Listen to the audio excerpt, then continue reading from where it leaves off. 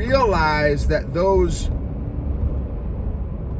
emotions and origin stories about trust are absolutely 100% impacting how you trust somebody, how you trust a spouse, a partner, a homie, your kids, your coworkers, family members, strangers. It impacts everything, y'all. Most of us have never done that reflection on number one, what our emotions are, and number two, what our stories are, and number three, where those emotions and stories came from in regards to how we build, develop, and maintain trust.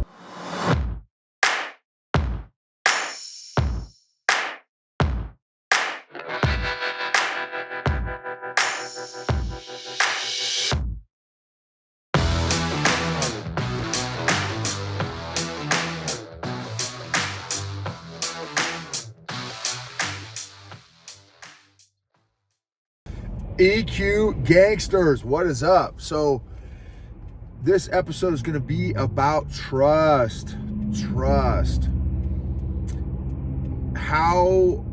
I've got a lot of questions. So this is another one of the episodes where be prepared to write down the questions at some point. Maybe you're working out right now, or on the way to work, or back from work, something like that. Or maybe you're at home, you're watching this on YouTube. And again, I'm going to probably have a lot of questions in this episode. Well, just about every episode I have a lot of questions.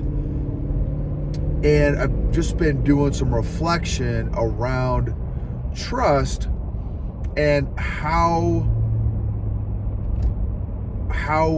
we develop trust in relationships, and what impacts trust in relationships, what impacts our ability to trust in relationships, how long does it take to build trust in relationships, how long does it take you to build trust in a relationship. Now, I also know, in fact, I just got done doing a workshop, a parent-teen EQ crash course workshop for parents and teens, and one of the part of the presentation is I talk about personalities and the impact that our personality has on how we trust and how we develop trust. Each personality approaches and develops trust differently, and so understanding that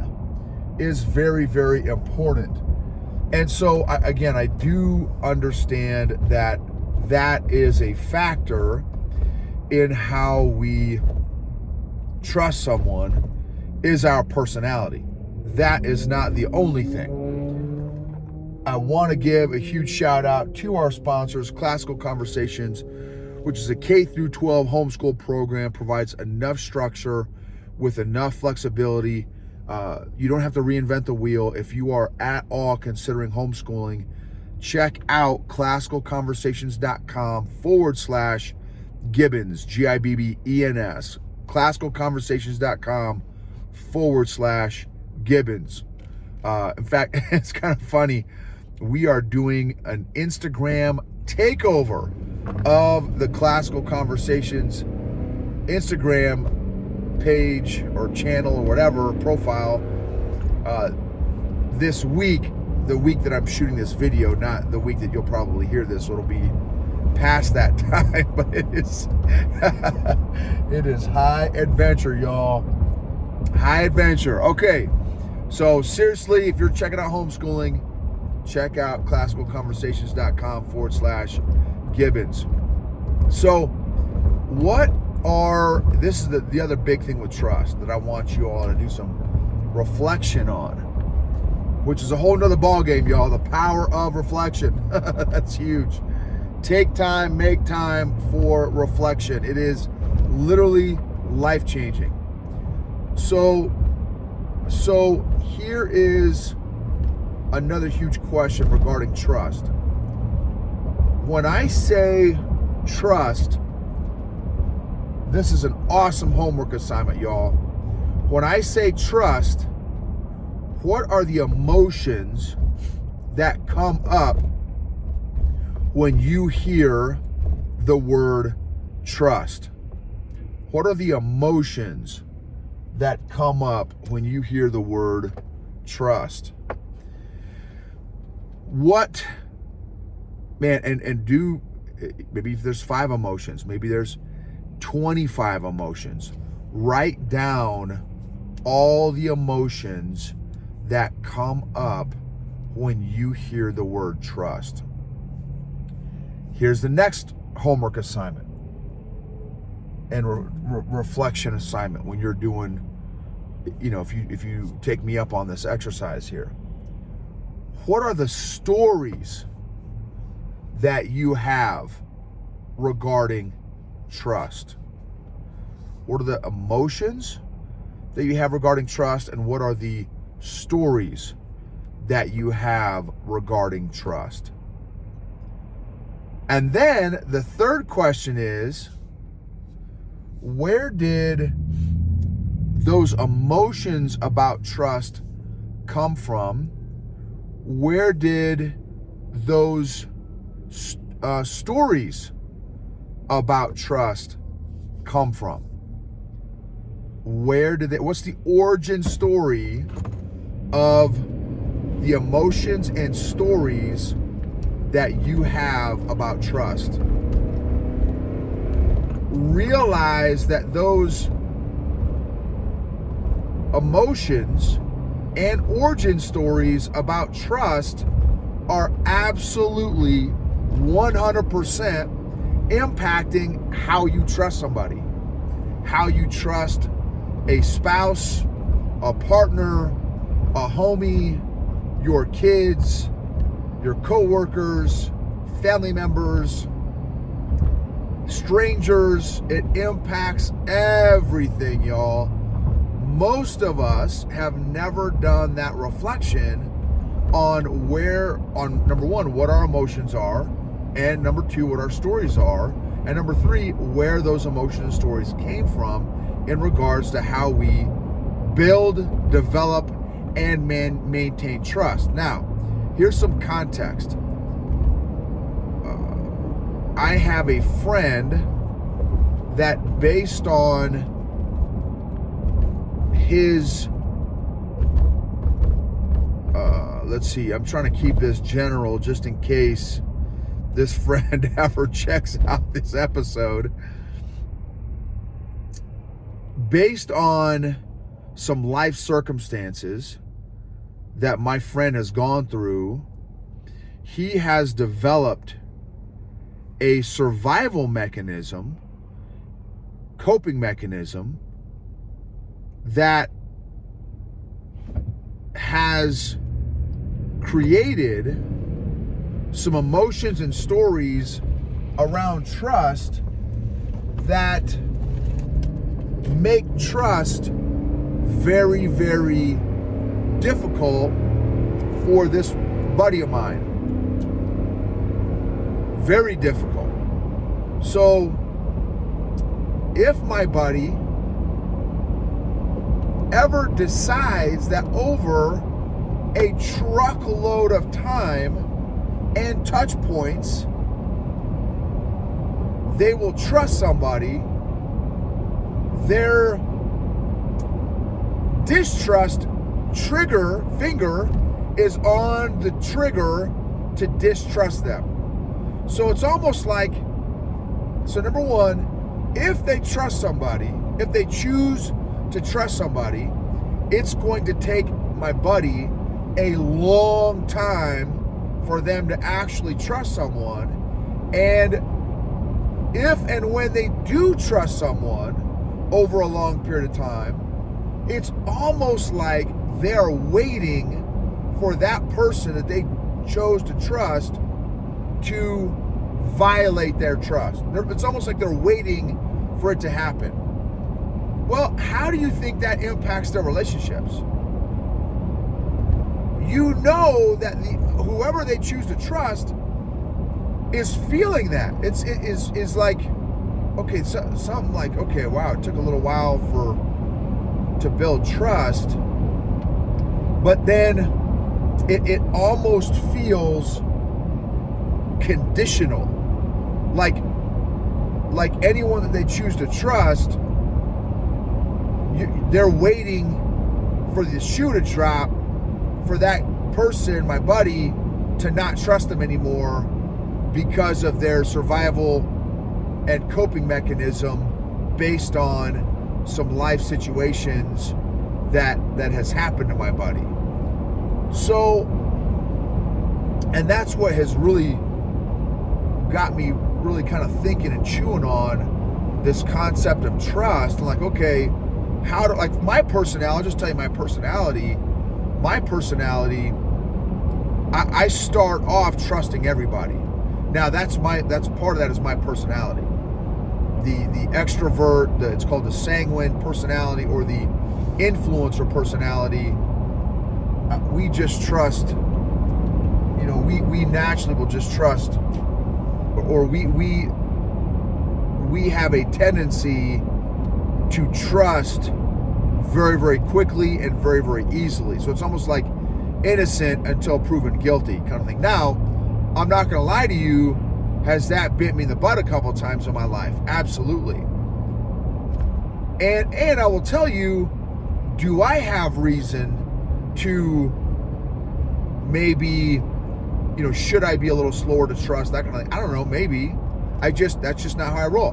Because listen, I have absolutely had my trust violated to the point of abuse, or I'll keep it PG for right now. I've talked about it before in my podcast,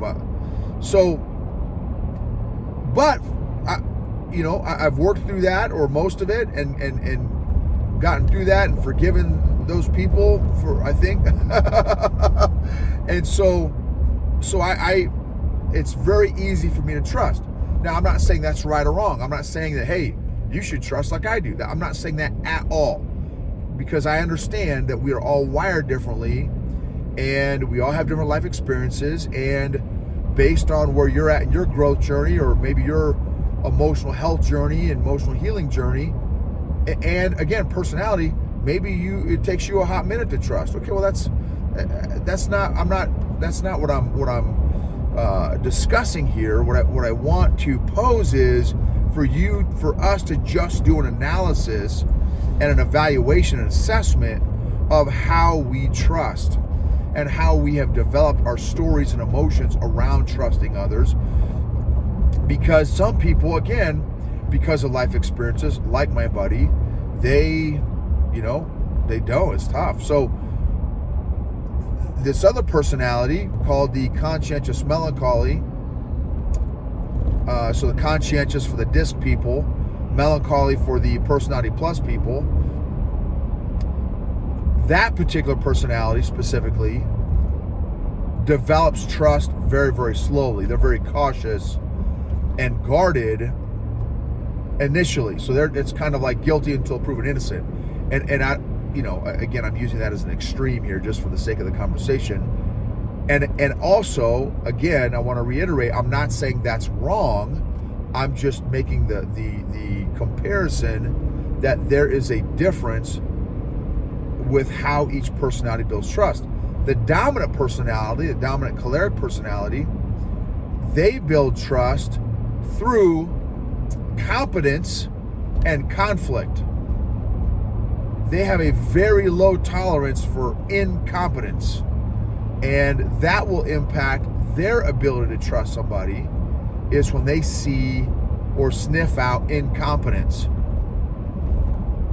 And then also conflict, it's kind of funny, is how they also build trust with somebody is through conflict. As long as that conflict is respectful. They definitely do not like feeling or being disrespected. But consciously or subconsciously, they will test a relationship through conflict. They enjoy and value